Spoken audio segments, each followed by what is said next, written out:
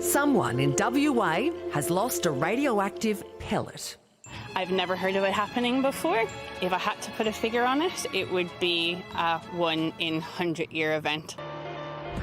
That's right, a minuscule 6 by 8mm radioactive capsule has fallen off a WA mining truck sometime after the 11th of January and is now just MIA. The capsule, commonly used in mining, emits the same amount of radiation as having 10 X-rays in 1 hour if you're within 1 metre of it. People could end up developing redness of the skin and eventually burns of the skin from the beta radiation. If it was kept long enough and they were exposed for long enough, they could also have some more acute effects. I bring you love. The incident management team who are out there looking for it think the tic-tac-sized object fell through a bolt hole. Great, huh? After being dislodged during a particularly bumpy ride.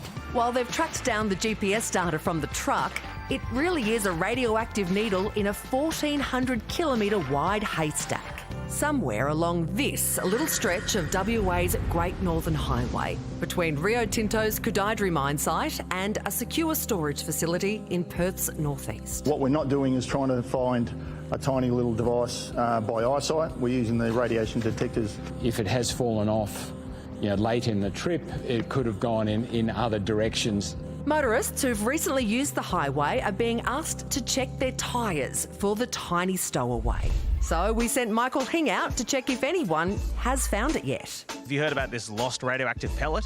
No, I haven't. Is it bad? It's against the law if you don't tie your load on your truck.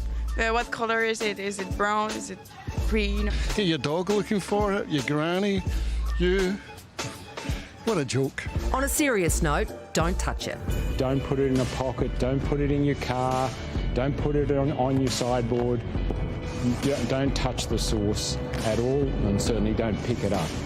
Well, hopefully somebody will find it. Hopefully. Lauren Steen is General Manager of Radiation WA Services, and we spoke to her earlier. Lauren, when you joined Radiation Services WA and did the induction, was this ever one of the scenarios that they planned for, some radioactive stuff falling off a truck? I mean, it's definitely something we're trained for, but it's generally called DFAS. This doesn't sound great. How dangerous is it to humans?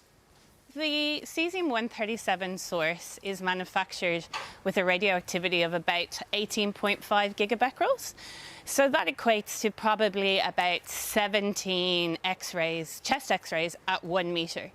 As they get older, they tend to decay, so they have less radioactivity, which then means that there's a lower dose. But obviously, if you're to walk over to the source and you're to pick it up, that's when it can cause the most harm.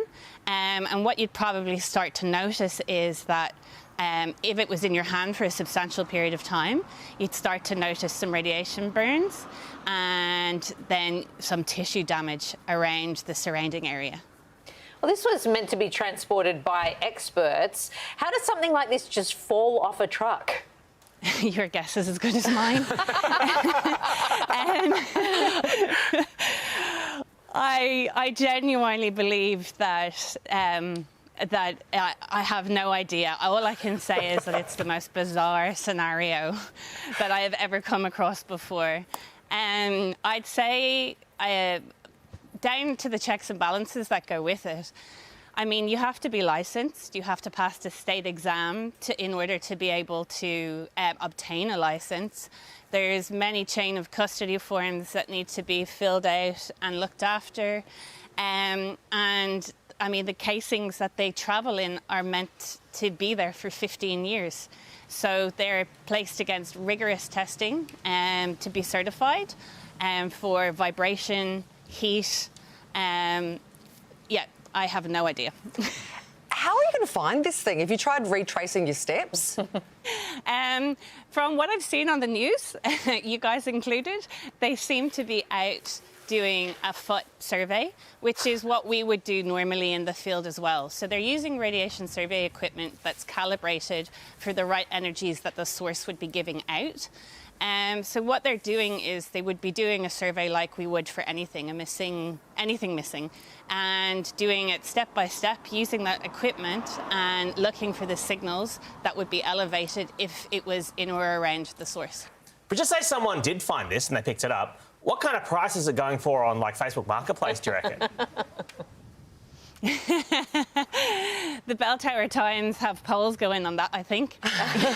You'll need to go on Facebook to have a look.